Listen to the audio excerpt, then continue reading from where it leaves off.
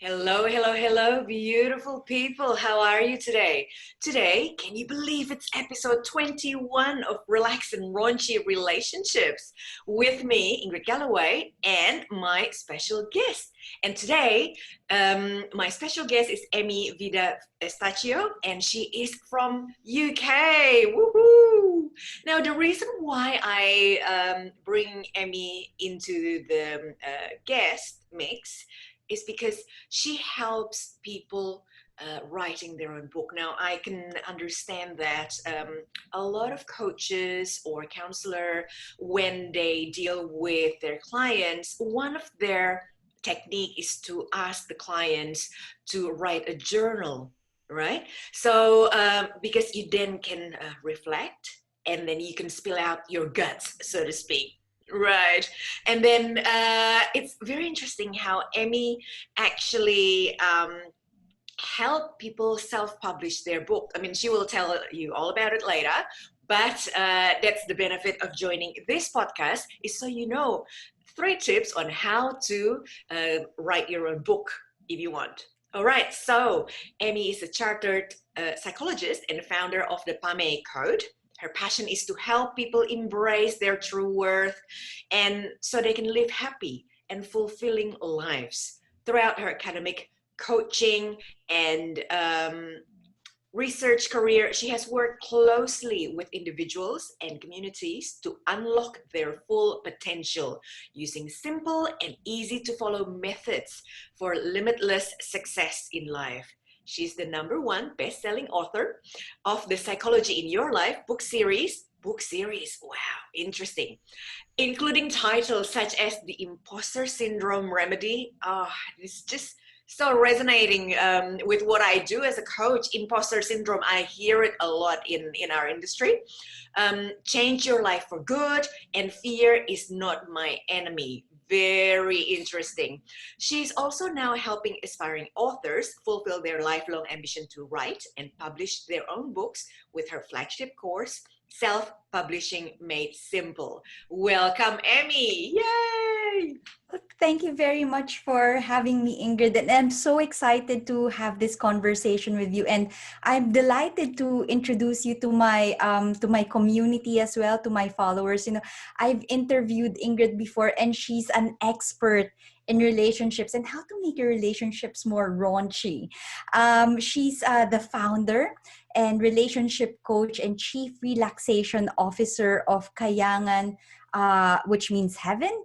It's a wellness clinic in Sydney, and she has been a relationship coach for 11 years and a spa therapist for 21 years. It's a really good combination, isn't it, to combine all this relationship stuff and all this, spa therapy expertise that she has. She's mainly worked in five-star hotel day spas in Sydney. So she's used to looking after thousands of highly stressed clients from all over the world. So I'm really interested to pick up some of her ideas as well in terms of stress. And to be perfectly honest with you, I think there are a lot of relationship issues that are stemming from, stress issues that may be coming from outside the relationship. So it's good to understand that dynamic as well. She practices from Kayangan in 5 Dock and from clients' homes, offices, and hotel rooms and online. Interesting. Yay! How can you practice? But we can have a chat about that as well. Her work has always focused on stress, relaxation, and relationships. She has a kind soul, as you can see. We can see even from online, it actually radiates on the screen. Always seeking to reach out to support the healing process for the many stressed people, broken or lonely hearted singles, stressed out parents, and loving couples that cross her path. She does one to one coaching sessions, group workshops, and soon retreats for the broken hearted and loving couples. So I'm really excited to have this conversation with you, Ingrid. And, I think it's going to be so much fun. Yes, thank you so much for coming. Now, Emee, I'm interested to know your why. Why is it that you do what you do? Well, I've been in academia and have been trained as a psychologist for over 20 years, and I can see the potential of psychology in terms of helping people to overcome imposter syndrome, to overcome their fears, and to live the life that they want to live. And for me, being in academia, I felt as if it was too restricted. I felt as if I could do more. And that's how I started writing my book, Mm. self-publishing my books, because I understood the potential of self-publishing to reach wider audiences. And so I Yes. did that. I found that absolutely fulfilling, that even if I was a traditionally published author, I had textbooks, research papers, and so on, Yeah. published by a traditional publisher. I found that self-publishing can be a way to liberate so many other experts who have this message that they want to share with the world. I know that there are so many coaches and people who have a vision of helping others through their expertise, through their experience by writing books, but the the fear of not knowing what to do with self-publishing is holding them back. And we talk a lot about imposter syndrome as well, in terms of these coaches. They're magnificent. They know so much about their field that they can help so many people with what they know, but they feel as if they don't know enough. They feel as if they're not good enough or expert enough, and that's holding them back. And because they're holding back that information, they're holding back what they know, they are preventing others from learning from them and Yes. easing other people's pain by sharing what they know. So I really deeply feel passionate about this, because we all have something that we could share, even if Yeah. that little nugget of information that you have can actually ease the pain of someone else. I think it's worth pursuing it. And if it is the fear Hmm. of you not knowing enough, or that you not expert enough, if it's the thing that's holding you back, or if the lack of know-how on how to self-publish a book is holding you back, I would be able to help you. I would gladly help you to reach those people who need to hear your message, because your expertise, your experience, and know-how can help someone else. So that's really my why. My why is, I know that we have something to share in this world, and if I could help others to share that by writing and self-publishing a book, then I'll be a happy bunny, to make that happen. Oh, beautiful. Thank you so much for sharing your why. It's really important, yeah, to share your message, definitely. Yes, and to overcome the fears, and if you don't know what you need to do, you can always reach out for help and ask, and you're not the first person to do that. But in your case, Ingrid, tell me about your why. Why are you doing what you do? Because I have experienced hardship in my life. Like I grew up in a very religious family. They loved me and they preconditioned me the way that they knew. But unfortunately, what I could observe was the cultural or religious issue in the field of shame and guilt. There's a lot of shame and guilt.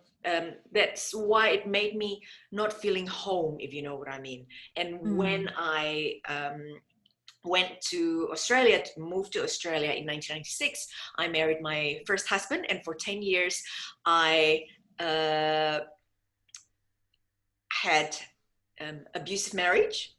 Yeah, therefore I left, and then mm, after um, that I joined into a few self-development seminars. I went back to college to study counseling and life coaching. That's my healing journey, self-healing journey. And straight away I knew that I would be a coach, not a counselor, and my niche would be in relationship, because I knew that um, I would love to help people that in similar sort of situation, predicament, and if I can either prevent or facilitate their healing or strengthen their relationship, it will be very, very rewarding for me. mm. And then Wow. I had pre and postnatal depression as well with my second child. I met my second husband, hopefully my forever Fast husband. forward. So it's with the Yeah, second yeah, husband. Okay. yes. And got two kids, two beautiful daughters, and then unfortunately with the second one, I had pre and postnatal depression on top of the depression and anxiety that I had from before. So the same thing, I'm very passionate and very compassionate towards other that has similar sort of journey with me, and if we can help them, great, awesome.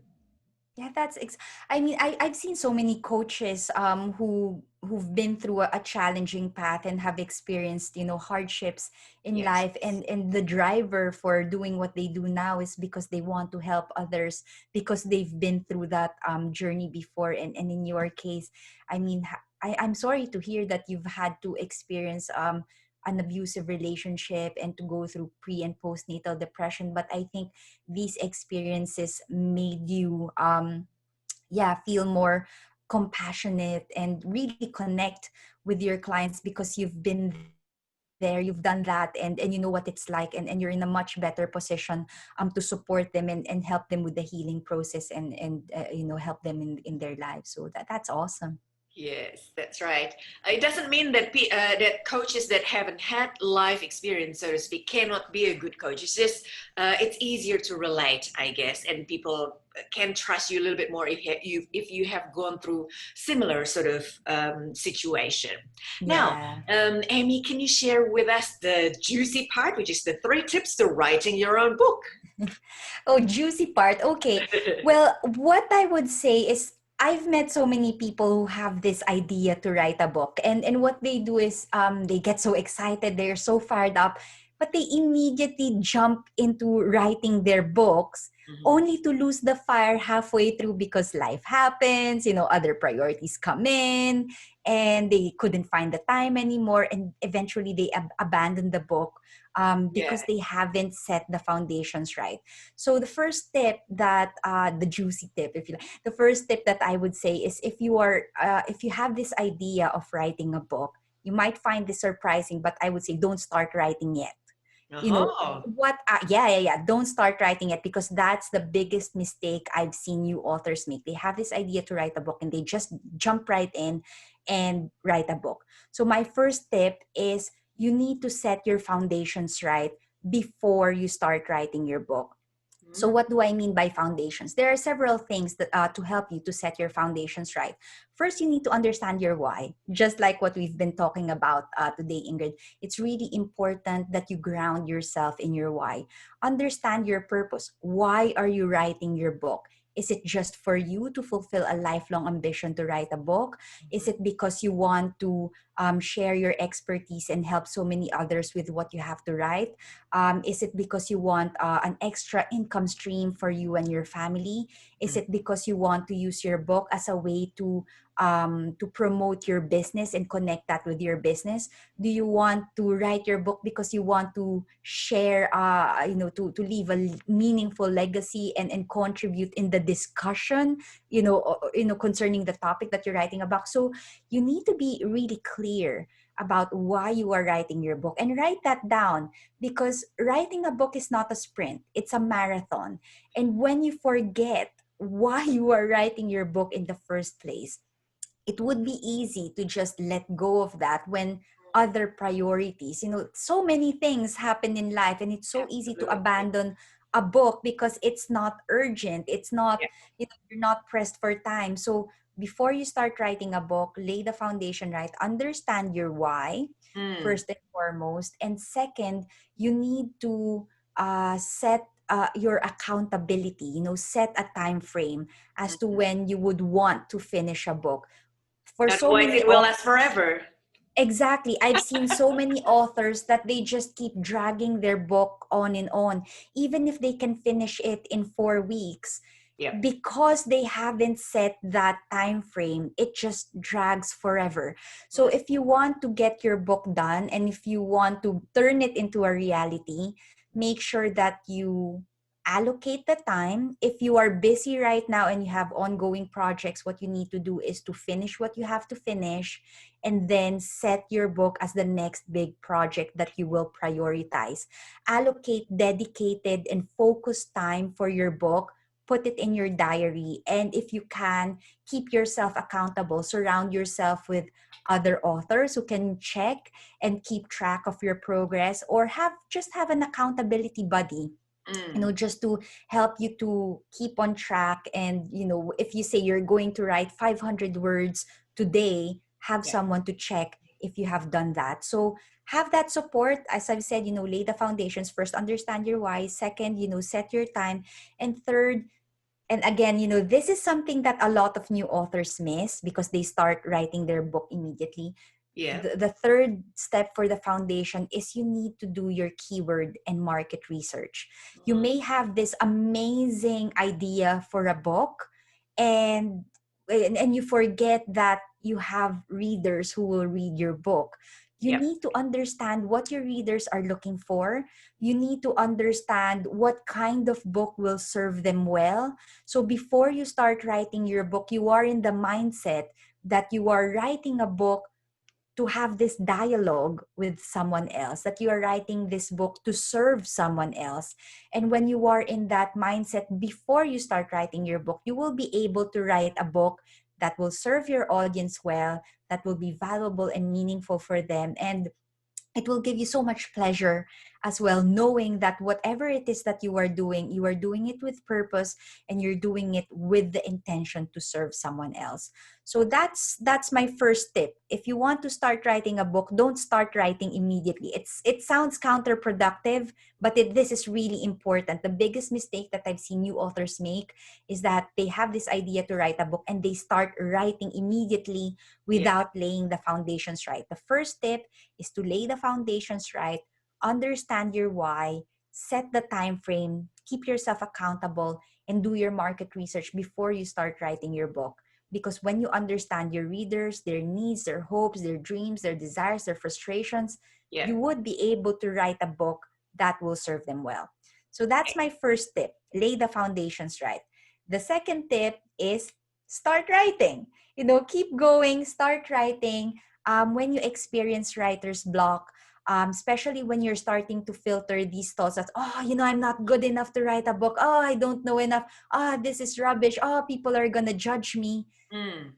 Just keep writing. It's in your head until you actually get your book done and release it to the world. You'll never know if your book is good enough. You'll never know if it is going to help so many people.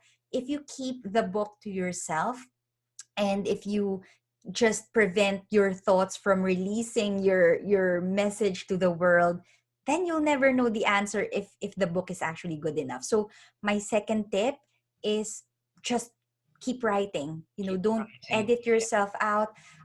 You will trip every now and then. That's really common. You might experience writer's block. You might have these limiting beliefs. Your inner critic messages telling you that just stop it. You're just dreaming. This is not gonna happen for you. Just keep writing. Don't let the fear stop you. Yeah. Don't let these limiting beliefs stop you. Set the light. Don't focus on yourself. Focus on the readers who are waiting for your book. And the sooner you release your book, Yeah. then the sooner you will be able to help those who you want to help with your book. So that's my second tip. Once you've set your foundations right, start writing, keep writing until you get to the end. Yep. The third tip that I would that I would say is, once you've written your book, then you have to take your creative hat on and then put your marketing hat on. Does that make sense? Yeah. Because you need to make a shift. And I think, again, this is one of the biggest mistakes new authors make, is that they just leave their author's hat on and Mm. forget that writing a book is one thing, publishing a book is another. You Right. may write the best book ever. You pour your heart and soul and energy into writing a book. But if you don't know how to package it, if you don't know how to market it and put it, in such a way that it would be able to compete in the marketplace, then Yes. your book is going to fail. It's going to be such a waste if people couldn't find your book. So Yeah. my third tip is, after you finished writing your book, take off your author's hat on and then put on your publisher hat, and think about how you're going to position your book. For example, I specialize on Amazon.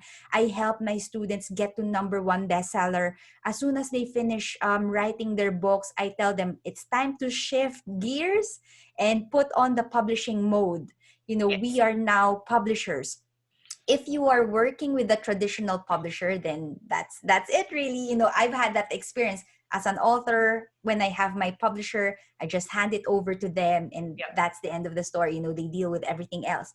But for self-published authors, you need to understand that you must know how the marketplace works. You Mm. need to know how to position your book, how to market your book, and to have a launch strategy when you publish your book.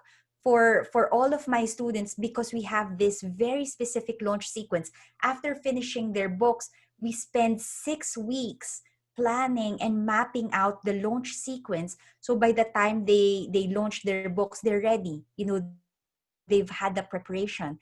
And all of my students get to number one bestseller because we follow that sequence. They are prepared. Amazing. They have their launch team. They've done their research. They have all the materials, all the promo materials in place, and they know how Amazon works. They know how to position their books there. They know how to price their books well. They know how to optimize their page so their book becomes visible and that they're able to reach their audience. So that's the third tip, that very important tip that new authors make. They forget that they have a product. They have a book that they need to sell, and in order for the book to sell and reach the people that need to read the book, you need to understand the market. You need to package the book according to the market demands. Prepare a launch sequence, prepare your launch team, and launch your book to number one bestseller and reach the people that you need to reach. So those are my 3 tips. Lay Amazing. your foundation right, keep writing, Yeah. and put on your publisher hat on and understand the market. Amazing. Thank you so much for sharing those very, very juicy tips. I love it. Well, a little bit of testimonial. Last time that I chatted with Emee, we went on to tip number 3 straight away. And just because I have an idea, people, that I love food, but I don't want to make another book about food, something that is very different and link it to my highest values. Yeah, so amazing. Emee took me to Amazon and we look into things and oh, this is how you do it, So a lot of writers, a lot of artists, just keep the artist hat on. But the thing is, you gotta make money. Yeah. And one of my coach mentor said that a book is the best business card that you can ever have.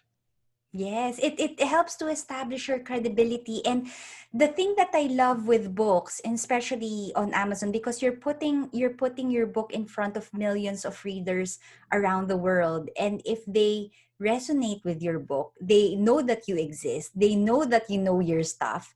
And if they like your style, they become warm leads and they become your raving fans if they are aligned with what you have to say. So, it's a really great way to expand your reach, build your brand, establish yourself as an expert.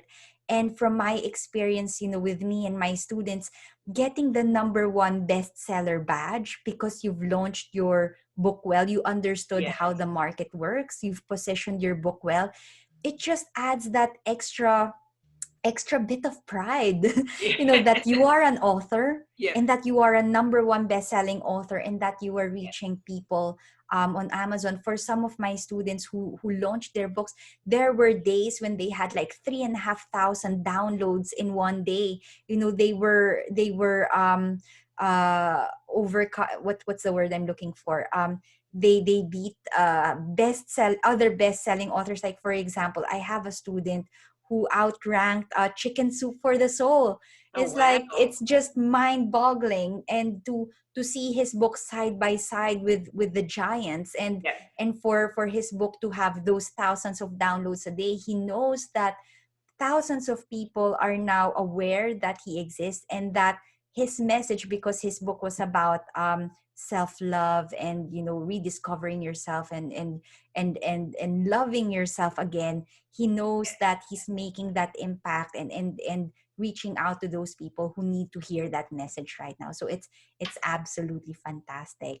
Fantastic. So how about you, Ingrid? Have you got 3 tips for us, that you'd Yes, like to share? on relationships, definitely. I will start with setting boundaries. Now, as a psychologist, I'm sure you're familiar with setting boundaries. It's a big Absolutely. work of, psychology industry. Um, well, in this case, I'm just setting small sort of boundaries. For example, some couples promise each other not to wake up angry. All right, therefore Hmm. they solve their arguments. I mean, who's never argued in a relationship, right?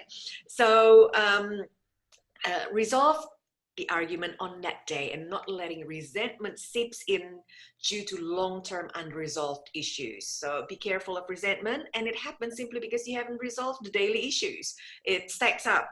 All right. And then tip number two is to diffuse angry burst or blame game or resentment war immediately.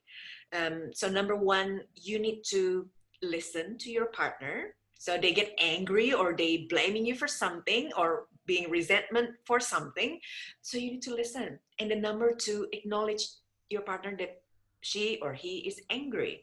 It Hmm. doesn't help if you just dismiss it. Oh my God, here we go. You're angry You're again. angry again. Yeah. So not acknowledging her or his expression, it's not going to work. And then thirdly, hold their hand. This is to show that you are gentle, that you are willing to be there for them, that you are willing to give them support. So hold their hand if applicable. If not applicable, then that's okay. You don't want to be whacked with a pen, for example. If Oh they're being dear. angry in the kitchen and then waving a pen, for example, probably not a good idea to hold their hand for the moment. But then ask them to breathe, because breathing can regulate everything and will calm them down even for a moment. And then escort them to a more conducive environment to discuss further. Say, for example, if they blow up in a busy restaurant, for example. I mean, when Mm. you're angry, you're not aware of your environment, then escort them maybe outside so you can speak, discuss with each other calmly. So that's Yeah. my tip number two, to diffuse angry burst. And then number three, to the fun part, schedule day dates and date nights, definitely, either indoor or outdoor. Someone recently asked in my Facebook Live if how how do you do it when you're an indoor person but your partner is an outdoor person? One works Mm. indoor all the time, one works outdoor all the time. Then during the weekend they want to stay on the opposite place, right? So if Mm. you're an indoor person, make the indoor more enticing for your partner. You can burn candles, make it more relaxing or more romantic ambience. You can set a theme, like maybe a French theme. Bring the flags, the beret, the bicycle, crepe, croissant, make it French. So at the moment we can't travel, so let's bring France to us. Yeah, Uh, you do whatever it takes. You can be creative with these things. Yes, exactly. So turn your creative juice on, definitely. If you're an outdoor person, take your partner to breathe the fresh air, maybe doing bushwalking or fishing, or if you like shopping, maybe shopping sometimes in the mall. And you can stimulate the local economy by renting an Airbnb. Mm. So You you go are somewhere. actually going Yeah. somewhere, but then your indoor loving partner feel that you're You actually indoor out. because you're staying Mm. somewhere, but it's different. It will change your energy, definitely. All right. So those are my tip number three. But overall, be fair, and I really believe win-win for everyone. I love it. That's And what's going I to think work. it's really just seeing your partner, and being able to communicate and connect on a human level. Yes. Oh, Yes. I love it. Well, thanks for those tips, Ingrid. Thank you. And then now we get to the fun part, true or false statement. I get two statements from Emee. I started my first business at the age of 15. Or number two, I started my university degree at the age of 15. I can feel that Emee is such a genius and she's been doing what, psychology for 20 years? How old are you? So I think your true answer is number two. Is that correct? That is correct. Yeah, so I'm nearly 40. And Oh, and yes. I have to say that yes, I started my university degree at 15, and at that Amazing. time I was actually accepted to med school. Hmm. So I was supposed to be a medical doctor going into med school at the age of 15, but my mom said you cannot. You might be academically inclined Yes. to start your medical training, but psychologically, socially, emotionally, you might not. I wasn't mature enough to Right. handle the stresses of becoming a doctor. She was saying, what if you lose a patient? You are Yeah. 15. Mm. How can you cope with that? So she said, maybe you could take psychology as a pre-med course, and see where that will take you, if you still want to pursue medicine when you graduate, at 19, and then you can go to med school at 19. You can do that, but turns out, I love psychology. I ended up pursuing that. I finished at 19 my first degree, came here to the UK to do my master's, my PhD. I intended to stay, so many intentions in my life. I intended to stay here in the UK for just a year, Yep. but I was offered a PhD scholarship. I was offered a job. I met my husband, got a baby. So, it just carried on and on. I ended up staying here and practicing psychology as my profession. So that's, yeah, it's Oh, just funny where life takes us. It wasn't yes. really my intention to be a psychologist, but But because of you the go with the age, flow and you yeah, end up and the loving it. circumstances, and then I met people Yep. along the way, and doors were opening for me, and I just went with it, and this is Yes. where life took me. And as far as the business goes, the second one is false, to say I started my business at age 15. I'm a late starter in business. As you can see, I'm a very nerdy, very, academically, very academic person. Yeah. But I recently left academia because I felt that it was a little bit restricted. Yeah. So when I stepped outside of academia, that opened up my eyes, like, oh my goodness, this is the world. I cannot believe it. this, So, this completes you. This completes you. Yeah. Studying and absolutely. you got to And apply it and make money from it. Yay. yeah, Why that's not? that's an extra bonus, but I Oh, just absolutely. found it absolutely freeing that for me academia was my comfort zone. I was Ah, familiar with that. yes. That's why I stayed in there for a while, but even because that was my comfort zone, I felt that it was restrictive. And when I went out, it just opened up a whole new world for me, setting up my business. And late in business, but I absolutely, absolutely love it. And just having that impact, meeting people like you. I've met so many fascinating, amazing people after leaving academia, and it's just, Yeah. I'm so happy that that it happened for me that way. That's great. Now we Right. got to And move on. with you, Ingrid, very interesting stuff here with your true or false statements. Uh-huh. Um, the first one says, Ingrid treated the donkey in a five-star hotel day spa. And the second one is, Ingrid treated Hugh Jackman in a five-star hotel day spa. I would daydream of treating Hugh Jackman in a day spa, but I'm guessing that the truth here is the donkey. Did you? Well, answer number one is the correct answer. Oh goodness. Wow. I wish Wow. well, mind you, I've been treating, some big names throughout the years, being 21 years in the industry, but yeah, never Hugh Jackman. He's an eye Oh. candy. I love him. He's But awesome. one day when I used to work in Park Hyatt Hotel, Sydney, you know, five-star hotel day spa, my manager told me, "Oh, Ingrid, you know, we have a VIP guest tomorrow. You'll have a VIP guest tomorrow. You're gonna massage him." I said, "Okay, what's his name?" Uh, Don, last name Quixote. Key. So first name Donkey. Don, last name Okay. Key, and I thought, hmm, let's Google Okay. him. He's supposed to be famous, right? Okay. Donkey. Yeah. I Google donkey, and guess what comes up in Google? A lot of donkeys, the animal pictures.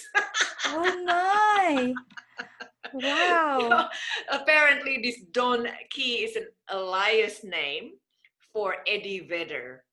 So I don't know whether Okay. you know Eddie Vedder. He's the frontman of Pearl Jam. So the very famous That's band. his code name. Yeah. So a lot of these superstars, they have alias name checking into the hotel. So his name was Don Key. Key.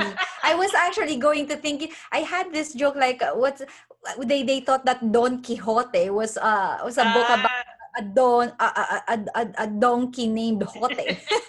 Donkey. But wow, oh so that's a code name. And so I'm thinking how can you have a donkey?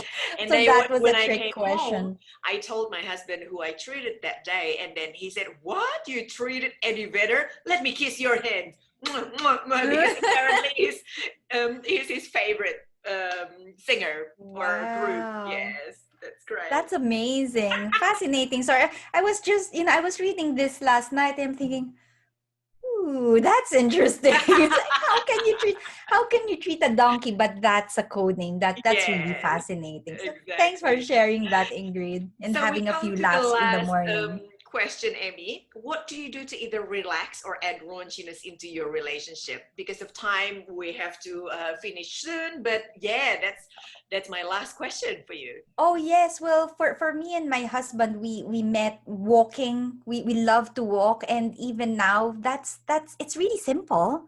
Yeah. But that's what we do. We go out for a walk. It takes us outdoors, gives us our exercise, gives us fresh air and gives us the space to just talk and reflect on our day, share our thoughts, share our dreams, our hopes, our fears, our aspirations. That's how we stay connected, holding hands every day, walking Walking. just here on the streets because of lockdown. Yeah. But that's what keeps us connected and it relaxes us as well. Yes. Oh, beautiful. Thank you so much. So, thank you so much, people, for listening to our collaboration, for watching this video, because I believe that it is really the perfect time to connect, with all this COVID lockdown happening. My soul wasn't feeling very fun one day, and therefore I started this podcast in the intention to help other business owners locally and globally and connect with another soul, beautiful soul like Emee. All right. So please stay tuned, like and subscribe my YouTube channel, Ingrid Galloway. And next week we have another guest, interesting guest, coming to this podcast to share their expertise. So until then, if you want to know more about what Emee is doing and how to write and publish your own book, please connect with Emee. How can they connect with you, Emee? Oh, sure, Ingrid. I think the best way to connect with me is through Facebook. I have a Okay. self-publishing made simple community. So Yep. we gather there. I have live Ask Me Anything sessions there. They can also download a free starter kit inside the community so they can see all of the steps on how to write and publish a book and ask me anything every Tuesday. I go there live and, anything under the sun, you can ask me there. So it's self-publishing made simple community on Facebook and hope you can join us there.